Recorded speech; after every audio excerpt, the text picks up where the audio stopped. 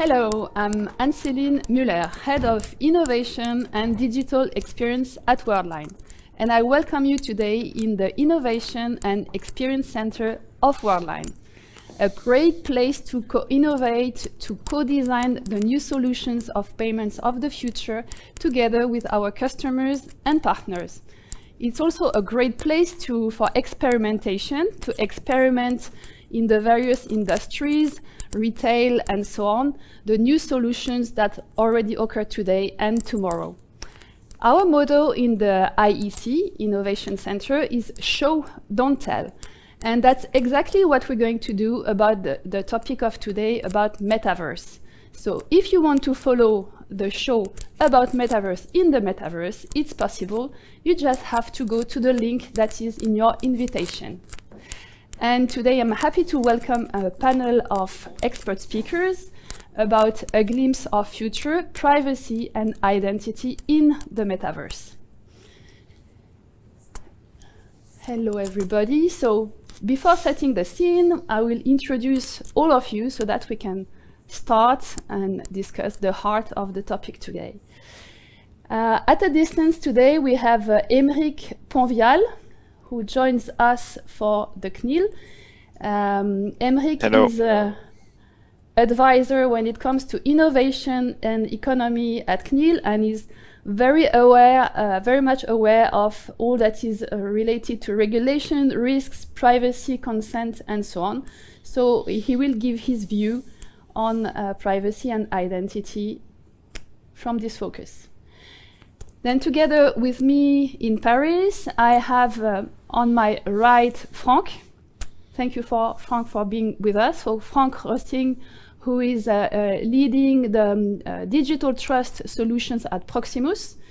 And all that is related to identity is also, from the tech standpoint, one of your core skills. So we will see what is your view about this topic.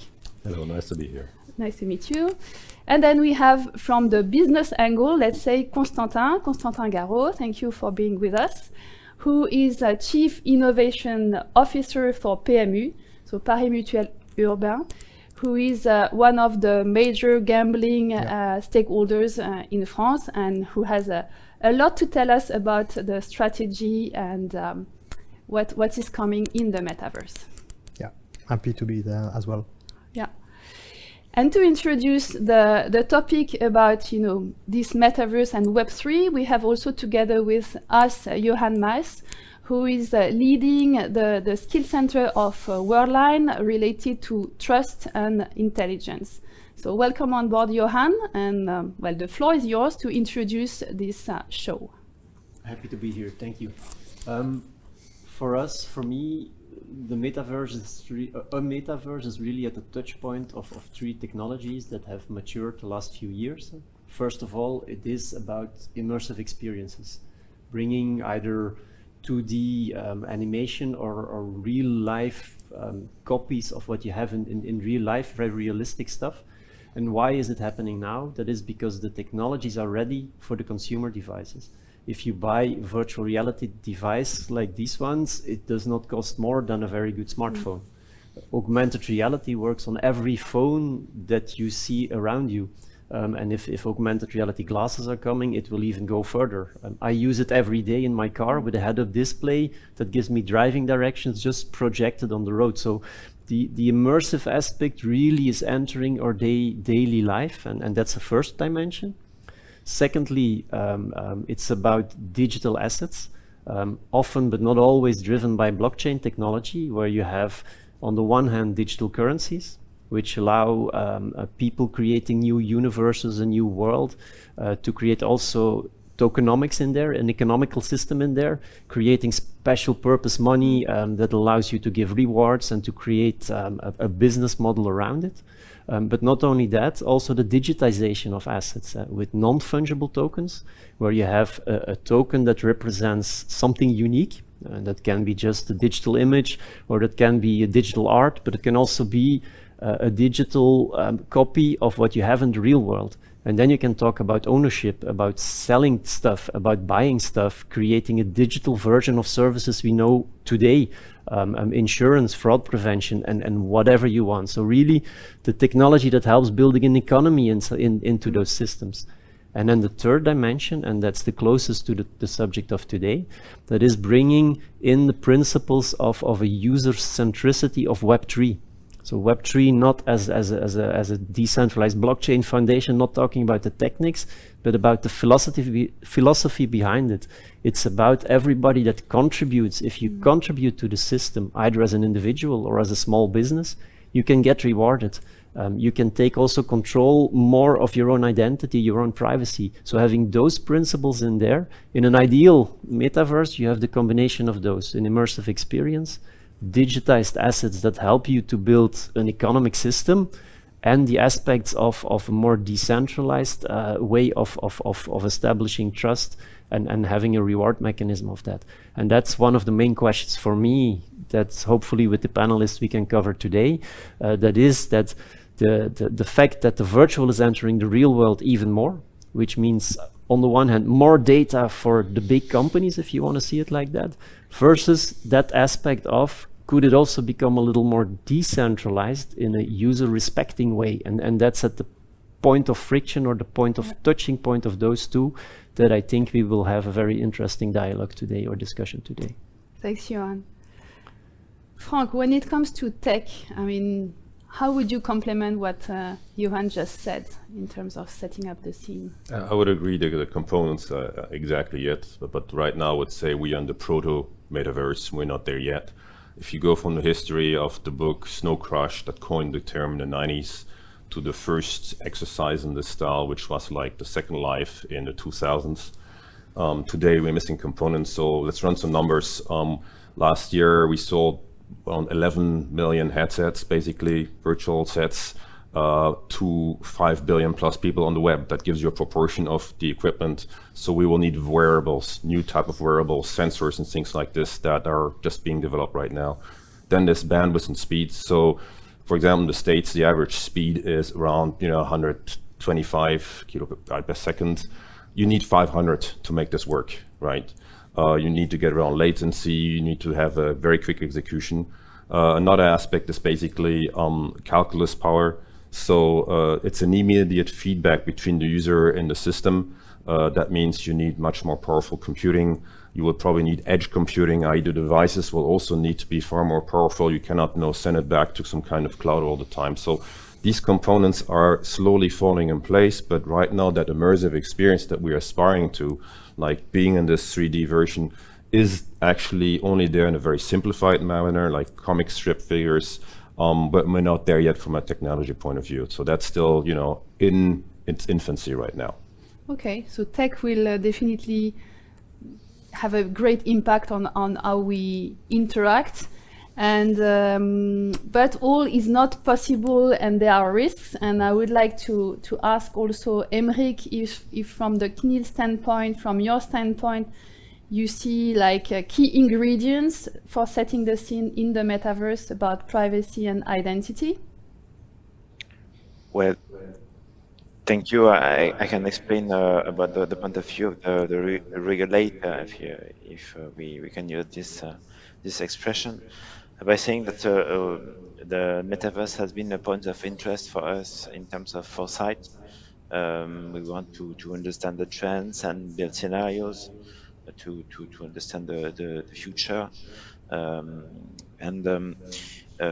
Of course, the question will arise at some stage. Will there be a need for a specific regulation or specific regulatory provision for the metaverse? But as a speaker already said, we are not there yet. Now we are not. We see that there are current regulations applying to the metaverse, or which will apply to the metaverse when it comes to operations, like GDPR, like the PSD2 regulation in Europe, like the DSA in Europe. So it's a bit early to assess if there is need to do more in terms of of regulatory instruments for the metaverse. Now, the phase you are in, if you want, is to assess the risks for privacy and liberties on the metaverse. And for those who have already done some work at CNIL and identified some risks which are there are several risks. I can list them. There is a risk of amplified data connection through new interfaces and data collection having regard to capture of emotions, having regard to capture of voice, biometric data, um, risks as well on the privacy of conversation in the metaverse. Will it be guaranteed, and in which regard? A risk of identification. Is identification always necessary on the metaverse, and what for? That there are some use cases where it would be necessary, some not, and in terms of protection of public freedoms, it's an important subject matter. There will be as well competitive risks. Because we have all seen the evolution of the internet from the sort of liberalism in the beginning, and then it has evolved to to walled gardens and proprietary architectures, yielding to exclusivity of data. And this is, of course, a risk we shall assess for the metaverse. So we are still assessing the risk, and of course the risks are codependent of the technologies used. So as the technologies develop, they will be there assessing the risk and peculiarities of this new universe. Okay. Thank you. Thank you, Emric. You're talking about risks, and I'd like also to hear about business opportunities from Constantin, maybe. And maybe you can bundle your answer with my next question, which is really about what you see about the major changes on the one hand for you in your business, in your domain, and also on the other hand for the customer in terms of customer journey, customer experience. So if you want to set up the scene when it comes to your area. And I would say that definitely as a company we need to answer a question, which is, do we need to replicate our existing business in that kind of new spaces, new virtual spaces, or should we take the opportunity to reinvent our business in these new spaces? So, and what we see is that the metaverse, the existing metaverses, even if it's not really accurate, are at the crossroad of gaming, immersive experiences, and I would say token-based or token-gated communities. And for us as a gambling operator, it's a huge opportunity to reinvent ourselves. And the question is, should we move from gambling to gaming? Should we reinvent our businesses and add something which is, I don't know, we could sell digital horses, for example, and took kind of bets on digital horses in the metaverse. Should we build some very immersive experience during the horse races, which would be really nice, using the existing medias, using the existing horse tracks? We can do some really nice stuff. Do we need to build some bet shops in a metaverse? Does it make sense for our customers? So that's something really new for us, to reinvent our business and to move from the gambling model to a gaming model. That's the first point. The second point is that we have to work with regulators to build something which is a safe experience for our customers, and we need to really understand and really work on the regulation on the gambling, I would say addictive gaming, that kind of stuff, to be safe as a major company. The last one is about customer journeys. Definitely, we used to build some customer journey based on your name, based on your physical address, and so on. And in that kind of spaces, most of the players, most of the users are unidentified. Or if they are identified, it's thanks to a blockchain address, for example. As a marketer, when I screen the blockchain address, this is a gold mine. I know what kind of assets do you own. I know even what is your crypto balance. That's a gold mine, but we need to build brand new activations to use these insights and build some very impactful and relevant experiences. So I would say that as a company, this is a very exciting opportunity. Yeah. Okay. So you insist a lot on the enabling technology. So and you looked at Frank. I saw you. So I guess that Frank, you can also add your word and your ideas to that. So I'll talk 2 points. One is the significance for the user, what will change for them. So let's look at the facts here too. 25% of the world population is Generation Z, and they're used to grow up in this environment. And then if you look at one of the most successful universes, which is like Roblox, on average, users spend 2 hours per day on it. And on the other environments, users spend 1 hour per day. So it's actually significant in terms of environment already, right? Now, for users, and that goes to your point, what do they expect from it? Well, they expect, one, a trusted environment. They want to know that actually they deal with persons and not with fictional counterparts, which is important for them. And then they deal actually with the person they expect to deal with in a certain way, right? And that also they themselves are being identified correctly in the other. So in certain gaming environments, you want to play against people who have the same level than you are, and not somebody who just bought a level, enters this, and actually destroys the whole game because they don't have the right level, for example, right? So that's a key experience basically for the users out there. And then for the user, the other question is in terms of the vision they have increasing on their identity. So for certain generations, I'm going to say, their online identity is just 10% of their ID, but actually for the new generation, it's exactly the same than their real identity. And that means that they have a propensity to behave, they want their behavior to be real, right?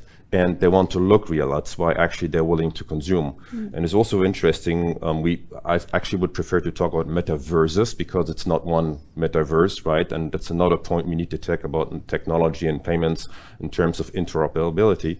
But basically, in this environment, depending on the metaverse, between 30 and 70% actually of users have bought something. So it's a real life environment for them. So that's one aspect basically in terms of where the tendency goes and dynamics is. I want to be in a trusted environment where I actually can be an augmented version of myself, but still myself. For companies, this means basically that you have a few choices to take. So you can be an enabler of this environment, but also basically, and we'll talk about identity a bit later, but you need to choose how you want to basically provide an augmented version of what you can provide physically on the street, right? But also maybe a different version. So we talked about gaming, right? So could the speed of horses be determined by another game people play? In the kermis, they throw these balls and the horse advances. You can bet on this, right? And you need interactive technology, meaning that also because you have all this data you work with from clients, you need to have a very real-time, near-time data collection engine that can like immediately provide a feedback. This is not traditional data collection. If I go into a physical shop at the end of the month, I collect the data, and after that I will say, okay, well, the people prefer red cards to play PMU, so we'll put more red cards. Here, these consumers expect that when you collect the data in the next few seconds, something will happen that will improve their experience, right? And that's one of the huge tech challenges out there as a company. And if you master this, well, it's immediate gratification, then you're on the winning streak. Okay, so does it ring a bell, Emric, when it comes to your field? I mean, when it comes to the area of regulation and risk, do you see like major changes or major question? You already answered partly in the first question, but if there are, in few words, maybe, which impact you see for you? Well, what I can say is that is explain how we can contribute to the right framing of the metaverse in terms of privacy and identity. Starting with the regulatory principles we apply at CNIL and the way we help we have developers to usually do their work. In GDPR, we have two principles mainly applying to this kind of configuration, new emerging trends on the metaverse. The first one is technological neutrality.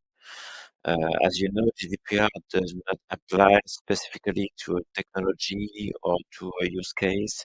It is written in broad terms, and it applies in a high-level manner, including on technologies to come in the future, or use cases still to invent in the future, and things like protection of sensitive data, the purpose limitation principle, saying that you collect data for a specific purpose under information of the individuals, and the way individuals are informed on the data and the way the data are used applied the same way in the metaverse, on the internet, in the real world, in the physical world, etc. The second principle is the principle of privacy by design. And this is a guideline for developers and designers of a new technology like a new bunch of technologies like a metaverse. It says that when you design a new architecture, a new business, you have to do it by preserving privacy, by at the same time you design it, and not after, because after it's too late. And this principle is important for creators, for designers, for merchants in the metaverse, but in the first place for the developers of architectures, because they have a leading role in terms of the way the activities will be then run in the metaverse. So tools like sandboxing, the use of a regulatory sandbox that we have within CNIL can be used in the future, in the years to come, maybe to help this work to be done in the right way as regards the protection of liberties and privacy. I could elaborate as well on the other questions we have within CNIL, but I will maybe let it for the next questions. Thank you. Okay, so Frank already introduced like a little bit impacts related to payment and reactivity, customization, and so on. So what's your view? What's the view of Worldline, Johan, about the changes, and also how payment in the metaverse will evolve or not? But how you see this part. Mm-hmm. Yeah, I think as Frank already introduced, it's not a metaverse, but you have multiple environments where you create something like that. And one of the big questions, and it does not come without strings attached, it is part of your identity, what you're doing there. It is part of the economics. You typically buy stuff there, you start investing a little bit, and you have something. So it's not without strings attached. So the aspect of trust, and that's where I think a role for a trusted payment processor like Worldline is very important, to bring that trust to the people that want to enter it, and linking that then to payment. Each of those systems, or almost each of those systems, they create their own token, their own digital currency, their own economics. So it's a little bit of a closed user group system. Which one to trust? I honestly do not know. Which one of the great initiatives of today will still exist in 5 years, making a little bit more money for me as well, and which ones would have vaporized in the sun because there is something better at that stage. So it's very hard to say, but definitely being able to offer the services, payment services in those new currencies is part of one of the things we are developing at high speed. But on the other hand, you also need to make sure that people can still pay with the traditional payment means, even in those new worlds, to create a very easy step in, an easy link to be part of the economy that is happening there. Stuff is being sold there, interesting things are happening there. People want to be present. Let's make sure that it can happen with both angles, the new digital currency world, but also linking it with traditional payment means. Thank you. So I would go back to Emmerich. It's a bit like a ping pong, but you will get your word about it too. About all those options in payment. Well, Maybe one word, Emmerich, about how you see things in terms of what will be possible, not possible, or maybe there's no answer for the time being. Yes, I can go on with that. On the payments, we we can certainly certainly anticipate that there will be much more variety in terms of means of payment than we have in the real world. Um, and with the use of crypto mainly. So if the use of crypto has to be legal in the real world, it shall be used in the metaverse and in a trusted way. So there is no reason for this means of payments or these payment solutions as for well. Um, if we take a clean position, of course, other regulators may have other positions, but there is no reason to be to refute this kind of means of payment. Yeah, um, they have advantages when you use crypto. There is more anonymity than when you use a sovereign means of payment. So this can lead to a better level of freedom on the metaverse. Another point is the idea of trust and fraud. And for this, I'm not worried about the level of fraud on the metaverse because the the checks possible on the metaverse will be very important with lots of possibilities of gathering data to check the transactions. So even if they are on blockchain, I don't think fraud would be a problem on the metaverse.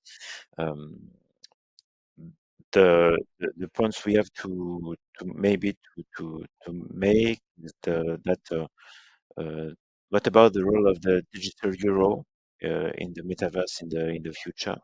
It will be a trusted means of payments. It will be privacy compliant. At least we are working on it at Team to make it privacy compliant, and it will be a genuinely digital means of payment. So for payments on the metaverse, like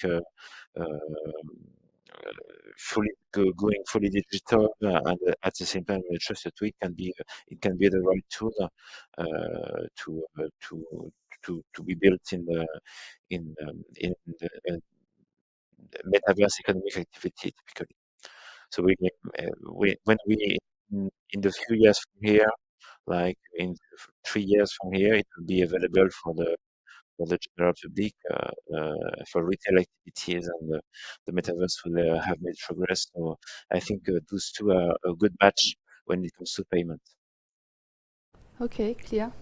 Well, future is starting today, and I saw that Constantin was nodding a lot, like saying yes, yes, yes to what you were saying. So I guess that from a business standpoint, also those questions are very present for you. So how do you see the evolution of the way we pay and payment more globally in the metaverse? I would say, as a company, for our case, cryptocurrency acceptance is a huge challenge, because we need to build a brand new organization, brand new processes, brand new governance to be able to accept digital currencies, payments, and so on. So that's what we are currently building. So we need to set up tools to screen addresses and so on to prevent fraud. And in a very regulated space, it's a huge challenge. But it's a nice way as well to educate the company on these new opportunities in the metaverse.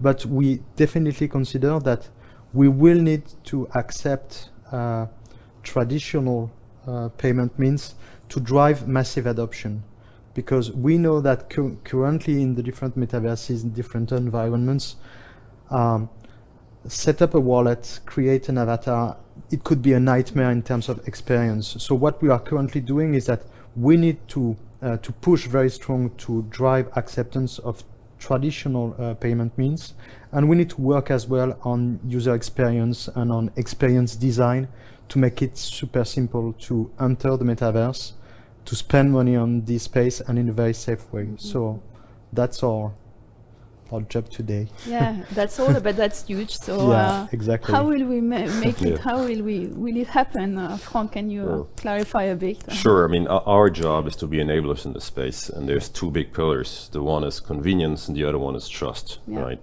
So on the convenience side, we have actually learned to not assume anything. So you need to have a view that's omni-channel, meaning omni-payment, because actually we're not going to know what consumers are going to use, right? So there's the experience in Second Life with the linden that peaked up and then completely destroyed. So even if people want to use in Metaverse currency, you need to give them a bridge, and that's where payment providers to basically go in and out of this. And I said, you don't know what they're going to use. I'm going to come on the trust side too. We had certain interesting surprises there, but also you should consider that it's actually sometimes also a seamless payment experience between the Metaverse and then maybe going in store. Yeah. And if you can make this the continuous experience, that's also an aspect. Then there's also a dimension you need to add to it, because the payments will actually not necessarily only be one way, right? If you want to pay users for sharing their data, for example, then they will receive money. And we have also a peer-to-peer economy that's going to appear in these metaverses. So their users will pay between themselves, and you need somebody who safely enables all this. So you're adding all these dimensions to it, where it will add a huge level of complexity. So you need to be kind of a Forex conversion tool in a certain way. Let people basically go, if they own one token, to go to another token, to go to a classic currency if they want to. Super important. If you can't do it, certain people will not simply take the risk. You look what happened to Bitcoin the past few days, right? If after this people still trust us, they want the option out, right? Yeah. And basically even all the options. I'll come back now to the trust. As I said, you need to know people who they are, basically to avoid fraud, and there are different channels. So in the metaverse, certain things are not going to work, but others are going to work. So we, for example, work on voice, because we think that spoken interaction is going to increase basically between humans and machine. So you want to detect that a voice is the same voice than before, but you also want to detect that it's a voice liveness, i.e. you want to detect this is not a voice that has been taped and is being replayed or synthetically recreated. This is an important tool, basically. Another important tool is going to be based on retina, since basically we're going to use augmented masks or reality sets. Retina scanning is going to be important for many things to detect basically what people are going to do, but also who they are. And a third building block, which in our eyes is really very important, is behavioral metrics. So there's a lot of things you can try to fake short term to get access to something, but once you're active, depending on your device usage or your in-game behavior or things like this, after a few minutes, you can quickly detect if something is wrong. That's going to maybe trigger other controls and things like this. So you will have to add basically new layers in there in terms of how you create a trusted identity. And at the same time, looping back to convenience, this must happen in the background in a seamless manner, so that this still is a frictionless experience for the user, because if you create friction, experience shows you use them. And that's where I'm going to drill in. You need all these kind of trusted identification methods, because, for example, in one market, we banked very heavily on the fact that users were going to go in that market for the very convenient mobile-based ID. And as it turned out, if we had bet everything on this, only less than 5% started using it, right? It was a surprise. So you must actually enable the other channels. We even have channels down to, okay, if there's an ID verification doubt, we actually have a human possible verification that will take a bit longer, but still there. Why? Because if I said you assume one thing and consumers don't go for it, you lose. So open up wide in terms of the payment options you provide, open up wide in terms of the identity verification and access possibilities, and then learn from there and go with this basically. And also if there's a new technology appearing, add it and see what happens, because if you don't, that's where your competition may kill you, because they'll have added it and suddenly that's the channel and what everybody wants. Yeah. Okay. If you just allow me a small addition to what you said, indeed, if you talked about the authentication of people, the identity of people, With the new Web3 technologies, logging on with your wallet, having a kind of a self-sovereign identity up to a certain level, and depending on what you're doing, it needs to be accredited or it can be more anonymous. But these models are today way too complex. As you introduced, as a user that experience, the geeks, they can do it, but my mother will not be doing it. So what you now see is that even initiatives like the Sandbox, which is a virtual world, which is one of the more decentralized ones, they are offering the ability, log in with Facebook, log in with Google, where you have the traditional Web2 centralized view on what is happening. Because of convenience, this is entering those markets as well. So the convenience versus privacy, trust, identity, it's something that really will make or break an experience, like you say, Frank. Totally, yeah. Which is a perfect transition to my next question. And I wanted to ask Frank, because based on all you said, I mean, well, who would you say, like, in which industries, which players are really ahead of the game, if there are some today, and also for tomorrow, for the evolution, you know, who would be enablers or partners you would dream of to work better in the metaverse? So clearly we see today it's the media, it's the fashion business that are basically making the biggest headway out there. So you see a rapper that has 10 million viewers because he does a concert in there. You see basically fashion labels that recreate, you know, NFT-based virtual basically copies of the reality that sell at a higher price, right, than the real thing you could buy in a shop. Now that gives you a certain tendency. So actually stuff, if you summarize it, it's very strongly branded and has a very emotional type of followers out there, right? That's what we see right now.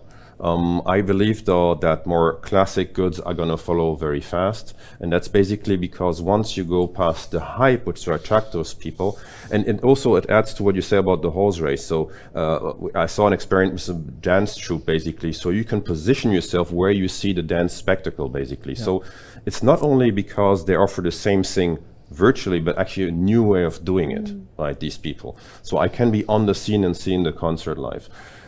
That's where I see it starting, and basically, but I see more classic experience piling in. So, and there it draws back actually to Second Life. You see car makers who will like virtually put new designs out there and see which people are just testing which design in this virtual world where it costs nothing. And that you can loop that back into the physical world. So that's progressively what I see happening out there, right? But there will be a second train, so to speak. You asked me what type of partnerships I would like. Well, people, and you're going to like this, right? People who can enable us seamless and secure payments are going to be super key, because we're moving from the, I would say, the internet or the metanet, or you call it, of information to the one of economics and payment. That's a big transition that's happening right now. You will not only have data on people, what they look at, but actually what they do and willing to put money on the table for. And this is only going to work if you have somebody who can enable payments, as I say, in a multi-dimensional manner, also micropayments and things like this. So totally key. And the other people would be people who kind of like design security around it, so that actually people will join because they feel it's safe and easy to do it. Yeah. Okay. Constantin, your view? 100% aligned with what you said. I would add in the in the sectors which are really relevant in these spaces. So the sport industry is for us really interesting, because they are as well at the crossroad of media consumption, immersive experience. When you are in the stadium or when you are at home, you can live some pretty immersive experience, and strong community. So fan engagement, fan tokens, all that kind of stuff are for us a real source of inspiration to develop brand new ways to interact with our customers. And I would add as well, so I thought very interesting what you said about interoperability. We are talking all day long about interoperability between Sandbox and Decentraland and so on.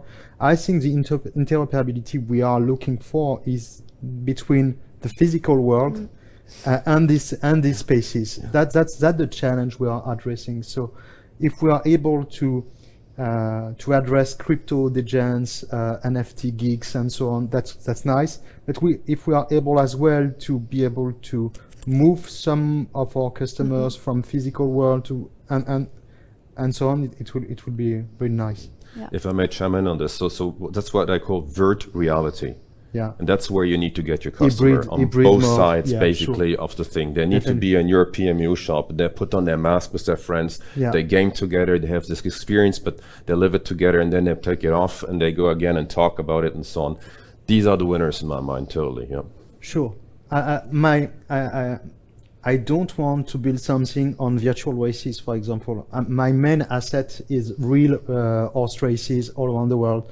So I need to build something very hybrid, where I will consume this asset in a brand new way, and the physical world. So I need to find the balance between these two worlds. Could we imagine, I'm chiming in very spontaneous here, that where we sit in the stadium, basically, I put on my VR mask, the jockey has a camera on their head, the horse has cameras, and I'm just sitting like on the horse I want to follow during the race. Definitely. And I live it like if I was there. Yeah. Do you imagine the uptake for in terms of experience? That's what we are currently building. We want, if you imagine if you own the horse, a virtual twin of the horse, you can live the race as the horse. So it would be really, really nice, and I think a completely new way to. And you could share that with your friends, right, in the metaverse while you're sitting on that horse, basically. Yeah. Exactly.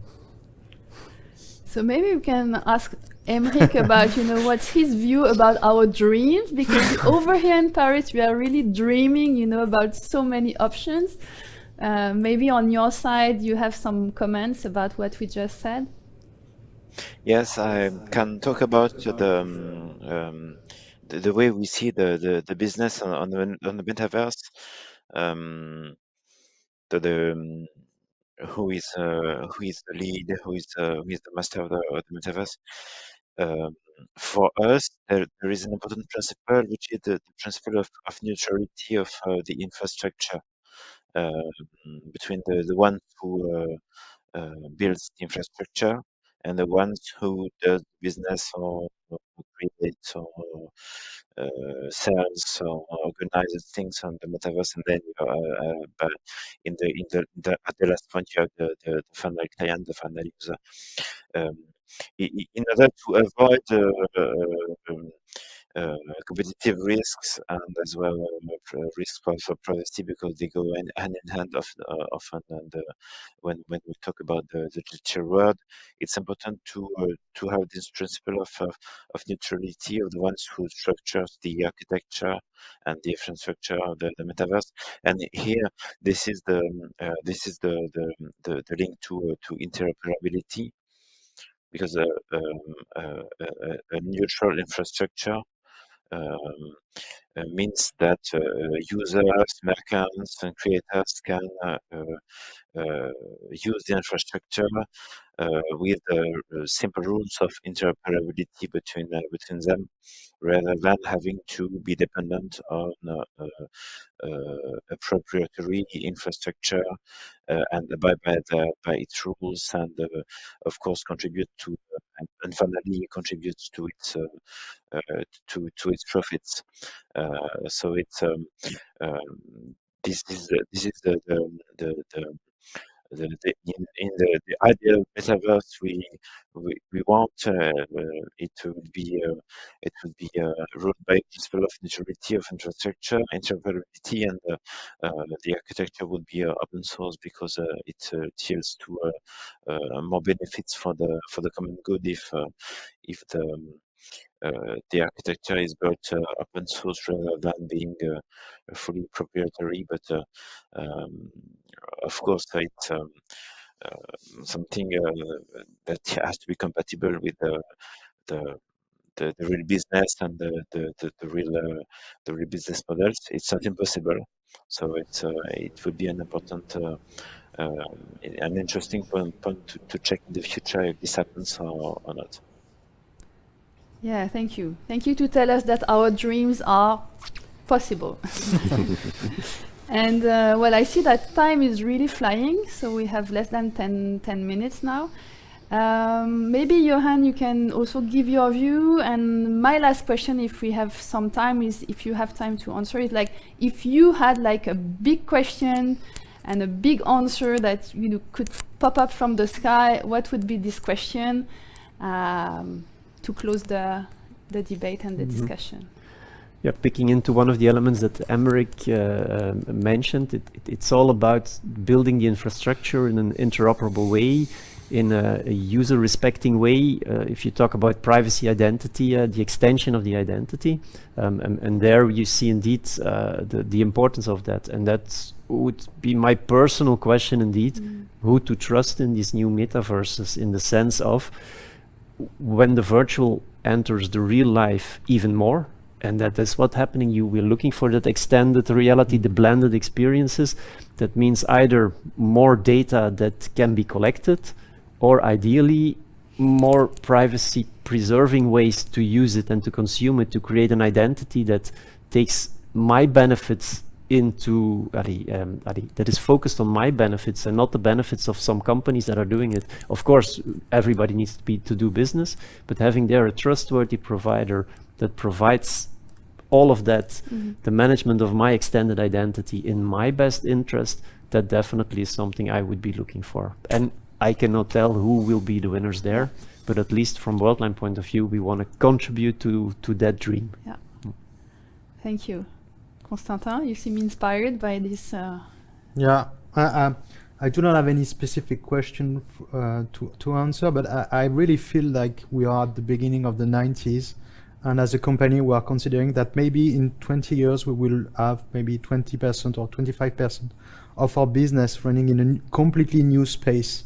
And I think that's super exciting. We don't know if Sandbox, Decentraland are the good spaces. Probably not, but we are learning. We are building new businesses, new ways. I would say it's much more than infrastructure. New ways to work and to build our future business. I think it's really exciting to be part of this.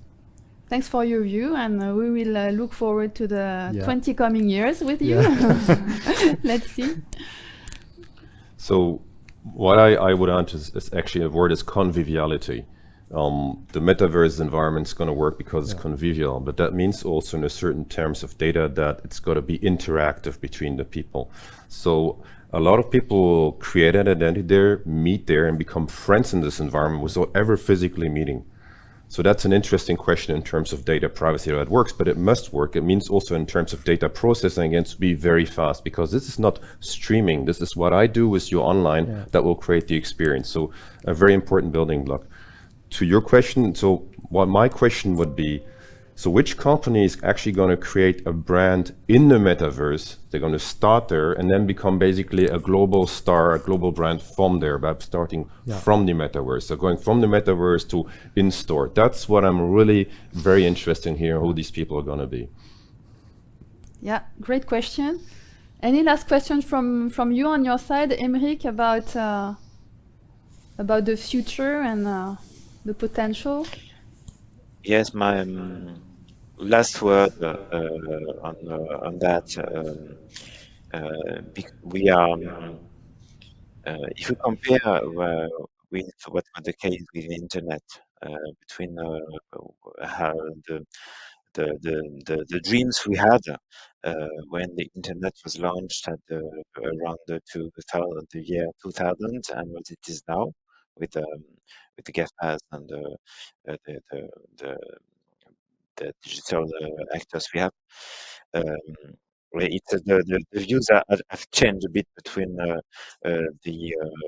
original promise of liberty, connecting of individuals all over the world, and it's kind of utopia, if you want, in terms of sharing of information, and the reality we have now,